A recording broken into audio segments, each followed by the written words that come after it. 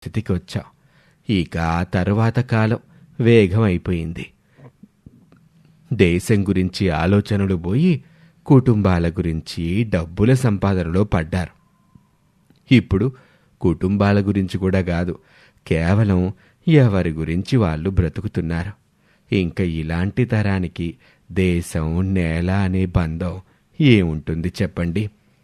అందుకే తాతయ్య, చెబితేనే కదా ఎవరికైనా తెలిసేది, తప్పైనా ఒప్పైనా.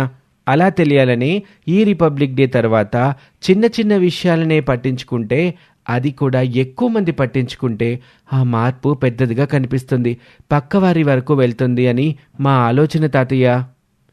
ప్రతిసారి ఇండిపెండెన్స్ డేకి, రిపబ్లిక్ డేకి మనం పెట్టుకున్న ఫ్లాగ్స్ ఎక్కడంటే అక్కడ పడుంటాయి.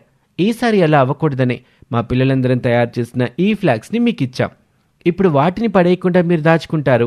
అలాగే ఇక నుండి పిల్లలం మేమేం చేసినా పెద్దవాళ్ళు మీరు కూడా జాయిన్ అవుతారని ఆశపడుతున్నాం తాతయ్య. ఇది మన దేశం కదా తాతయ్య, మనం బాధ్యతగా ఉండి బాగు చేసుకుందాం అంటూ ఆ పసిపిల్లల లేత బుర్రల్లో వచ్చిన గొప్ప ఆలోచనని చెప్పడమే కాకుండా ఆ జెండా పండుగ రోజు నుండే వాళ్ళు ఆ గొప్ప దేశభక్తి కార్యానికి శ్రీకారం చుట్టడంతో పెద్దలందరూ ఇంతకాలం తాము డబ్బుల వేటలో పడి పిల్లలకి దేశం గురించి, బాధ్యతల గురించి నేర్పనందుకు సిగ్గుపడ్డారు. అలాని ఆ సిగ్గుతో ఉండిపోలేదు వాళ్ళు. ఇక ఆ తర్వాత రోజు నుండే తమ పర్యావరణం పట్ల, పరిసరాల పట్ల బాధ్యత తెలుసుకుంటూ శుభ్రంగా ఉంచటం, ట్రాఫిక్ సిగ్నల్స్ దగ్గర రూల్స్ పాటించటం, గవర్నమెంట్కి కట్టాల్సిన ట్యాక్సులు ఎగ్గొట్టకుండా కట్టడం లాంటివి ఫాలో అవుతూ ఒక దేశ పౌరుడి నైతిక బాధ్యతలన్నీ పాటిస్తూ పిల్లలు గుర్తు చేసిన దేశభక్తిని కంటిన్యూ చేస్తూ బాధ్యత గల పౌరులుగా జీవించసాగారు.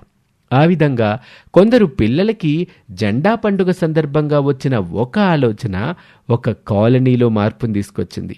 ఆ మార్పు మెల్లిమెల్లిగా మరో కాలనీకి, అక్కడి నుండి ఆ ఊరికి, ఆ ఊరి నుండి దేశమంతా ఏదో ఒక రోజు పాకుతుందని ఆశిద్దాం. అందరికీ హ్యాపీ రిపబ్లిక్ డే.